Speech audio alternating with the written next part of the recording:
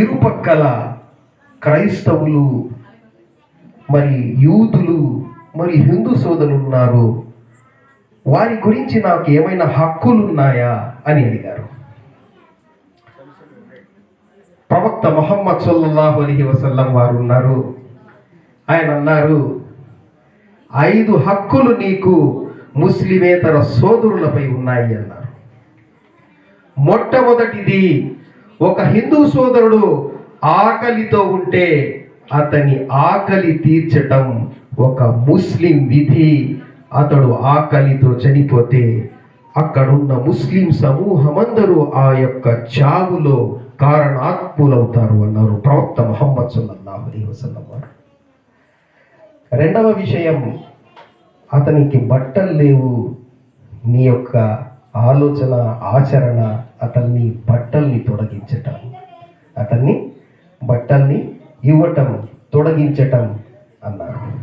మూడవది,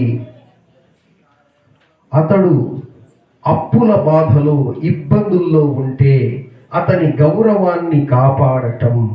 ముస్లిమేతరుడు, ఒక హిందూ సోదరుడు కానీ, క్రైస్తవ సోదరుడు కానీ ఎవరైనా అప్పుల్లో ఉండి పక్క ఇంట్లో ఉన్నాడు, అతని ఇబ్బందుల్లో ఉన్నాడు, అతనికి ఎవరైనా వచ్చి మర్యాద తీస్తున్నారు, అలాంటప్పుడు అతని గౌరవాన్ని కాపాడటం ఈ యొక్క విధి అన్నారు. నాలుగవ విధి, అతడు ఎక్కడైనా ప్రయాణంలో పోయాడు,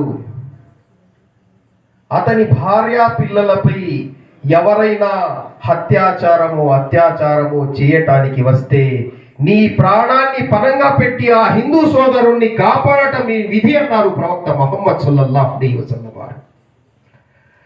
5వ విధి, నీవు సన్మార్గాన్ని, మంచి మార్గాన్ని చూపటం నీ యొక్క విధి అన్నారు ప్రవక్త ముహమ్మద్ సల్లల్లాహు అలైహి వసల్లం వారు. మరి ఇక్కడ ఉన్న పెద్దలందరి యొక్క ఆలోచనని ఆచరణాత్మక రూపంలో మేము తీసుకువచ్చే ప్రయత్నంలో ఉన్నాము. మత సామరస్యం, పరమత సహనం, సోదర భావం, వసుధైక కుటుంబ నిర్మాణం అనే ఆలోచనతో ఇప్పటి వరకు 14,000 మందికి రక్తదానం చేయించాం. మా యొక్క దాదాపు 1000 మంది టీం ఉన్నారు. టిపు సుల్తాన్ మానవతా రక్తదాన సంఘం దాదాపు కులాలు, మతాలు, వర్గాలు, వర్ణాన్ని పక్కన పెట్టి శస్త్రచికిత్సలకు, ప్రసవాలకు, డెలివరీలకు వాళ్లకు రక్తదానం చేయించాం. ఇప్పటి వరకు దాదాపు 800 అనాథ శవాల్ని, కులాలు, మతాల్ని పక్కన పెట్టి అంత్యక్రియలు చేశాం. కోవిడ్లో దాదాపు 200 శవాల్ని విడిచిపెట్టి వెళ్ళిపోయినారు. హిందూ సాంప్రదాయం, వైశ్య సాంప్రదాయం, ఆర్య సాంప్రదాయంలో నేనే ముందుండి నా యొక్క టీం అందరము వాళ్ళ అంత్యక్రియల్ని చేశాము.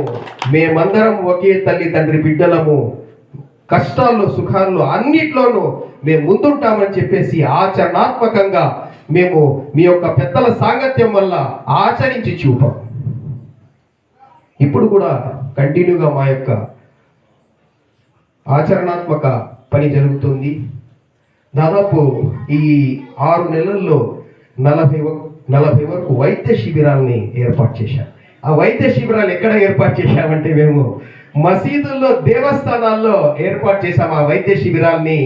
మా ఆలోచన ప్రతి మసీదు, ప్రతి దేవాలయం, ప్రతి చర్చి, ప్రతి సిక్కు దేవాలయం, ప్రతి బౌద్ధ దేవాలయం, అక్కడి నుంచి ప్రార్థనలతో పాటు ఆకలి తీర్చే ఒక అన్నదాన కేంద్రాలుగా ప్రతి దేవాలయం, ప్రతి మసీదు మారాలి.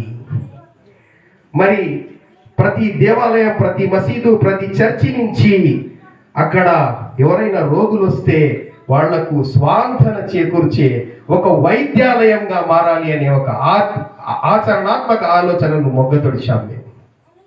మా యొక్క ఆలోచనల్ని మేము కంటిన్యూ చేస్తున్నాము. మరి ఈ యొక్క పెద్దవాళ్ళ సాంగత్యము మరియు ఆశీస్సుల వల్ల ఈ పనిని ముందుకు చేసుకుపోతున్నాము. మరి ఇక్కడ మాకు అందరూ సహకరిస్తున్నారు. మా సాహెబ్ గారు, మా ఏసీ నాగరాజు గారు, ప్రతి ఒక్కరూ ఇక్కడ మాకు ఈ విషయంలో సహకరిస్తున్నారు. ఈ యొక్క కార్యక్రమంలో మేము మా రఫీక్ సాహెబ్తో చెప్పాము. మా గురువు గారిని గతంలో కూడా మేము ఉమర్ అలీ షా గారిని ఇంకా సల్మాన్ బాత్ కర్తని చివరిలో గౌరవనీయులు గురువులు సిద్ధలబెట్ట స్వామి వారికి ఒక సన్మానం కూడా ఉంటుంది. శాంతి సామరస్య సన్మానం, ఆయనకు ఒక బిరుదు పురస్కారం కూడా మేము ఇస్తున్నాము. Thank you very much.